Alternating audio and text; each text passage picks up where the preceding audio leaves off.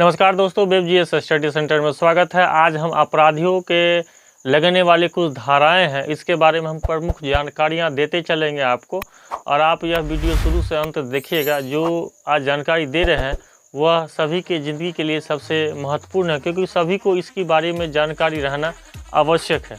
तो हम लोग जो है सो चलते हैं, पहले ज़मीन के बारे में जान लेते हैं। इसका फर्स्ट पार्ट हम ये दे रहे हैं, सेकंड पार्ट और दूसरा देंगे फिर धारा, लेकिन फर्स्ट पार्ट का जो है उसको हम देख लेते हैं।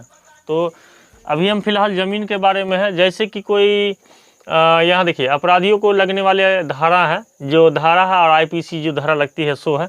जैसे कि भरोसेमंद व्यक्ति है और वह ज़मीन कब्जा कर लिया, मतलब किसी आप भरोसेमंद व्यक्ति को ज़मीन देते हैं, वह 5 साल 10 साल रख लिया, उसके बाद उसके पर कब्जा कर लिया, तो उस पर आप आपत्ति दर्ज कर सकते हैं। और यह जो है इसमें धारा 406 लगेगा। अब फर्जी दस्तावेज से कब्जा करना, अब मान लीजिए कि जो आपका ज़मीन है, लेकिन वह क्या कर दिया, आपके ज़मीन का जो है सो फर्जी दस्तावेज बना के उसका मालगुजारी कटा लिया और वह कहा कि यह मेरा ज़मीन है, तो उस पर जो है उस तरीके की ज़मीन पर जो है सो 467 धारा के तहत आप जो है उस पर जो है केस कर सकते हैं आप उस पर। उसके बाद देखिए, गैर कानूनी तरीके से ज़मीन कब्जा करना। गैर कानूनी तरीके से ज़मीन कब्जा करने का मतलब ये हो गया कि आपका ज़मीन है, आप कहीं प्रदेश में रहते हैं, आपका ज़मीन कोई दूसरा बेच दिया, अब बेचने के बाद कोई तीसरा कीन लिया और उस पर जो है वह कब्जा किए हुए है, तो उस पर आप जो है सो 441 के तहत एफआईआर दर्ज कर सकते हैं। दूसरी बात, उसके बाद है चौथा देखते हैं, ज़मीन या मकान पर कब्जा। अगर कोई व्यक्ति बलपूर्वक आपके ज़मीन या मकान पर कब्जा करता है, तो उसमें आप उस पर जो है एफआईआर 447 के तहत दर्ज कर सकते हैं। इसके बाद हम और धाराएं देखते हैं, इसको आप अच्छी तरह से देख लीजिएगा, समझ बूझ लीजिएगा, उसके बाद हम लोग आगे देख लेंगे। और दोस्तों देखिए, 5 नंबर में हत्या, तो धारा 302, आत्महत्या के लिए उकसाना 306, उसके बाद हत्या का प्रयास यह 307, आत्महत्या की कोशिश 309, ठगी करना 310, दहेज हत्या 304 बी, उसके बाद गर्भपात करना 312 और बाल हत्या 315।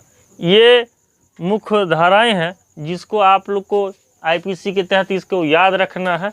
कभी कंपटीशन में भी पूछ सकता है और इसकी जानकारी रखना बहुत ज़रूरी है। तो आगे हम लोग फिर चलते हैं और आगे जो भी धाराएं हैं उसको अब बारी बारी से देखते चलते हैं। ये बहुत ज्ञानवान चीज़ है, इसको रखना चाहिए याद, ठीक ठाक रहेगा। देखिए 13 नंबर में देखेंगे, धोखाधड़ी में यानी चोरी जो करता है वह 420, रेप जो करता है उसमें 375, गैंगरेप करता है उसमें 376 डी, दंगा जो करता है उसमें 146, पीछा करना। अब देखिए, पीछा करना और छेड़छाड़ करना, किसी लड़की को खासकर हम यह बताना चाहेंगे, हमारी जो जितनी भी लड़कियां बहन हैं उनको हम ये बताना चाहेंगे कि जब कोई लड़का बिना मतलब से आपका पीछा करता हो या आपके साथ छेड़छाड़ करता हो, तो आप जो है सो 354 डी और 354 इसके तहत जो है सो आप जो है सो थाना में एफआईआर दर्ज कर सकते हैं और यही धारा लगेगा।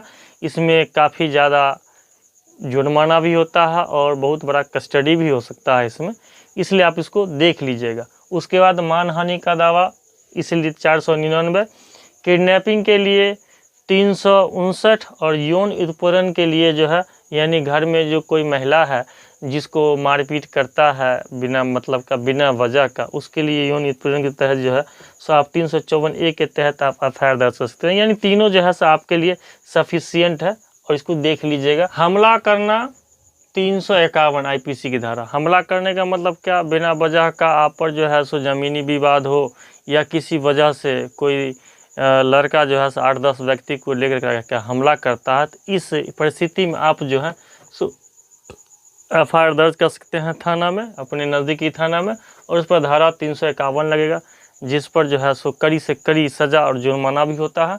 और दूसरा देख लीजिए, आजकल जो है सो मोबाइल लेके चलते हैं और रास्ता में छीन लेता है। जैसे कि चोरी का मामला होता है, किसी दूसरे व्यक्ति का सामान जैसे कि सोना चांदी रुपया मोबाइल ये सब छीन लेता है, तो इसमें धारा जो है 379 के तहत उस पर एफआईआर दर्ज हो सकता है और यह आईपीसी की धारा उस पर लागू रहेगी। वीडियो कैसा लगा, लाइक शेयर सब्सक्राइब जरूर कीजिएगा, कमेंट में भी लिखिएगा और इसी तरह का वीडियो पाने के लिए और इससे कहीं अच्छा और वीडियो पाने के लिए हम इस पर रहेंगे, बने रहेंगे और आप भी रहिएगा, हमें आगे देते रहेंगे। तब तक के लिए धन्यवाद। अगले वीडियो के लिए बने रहिए।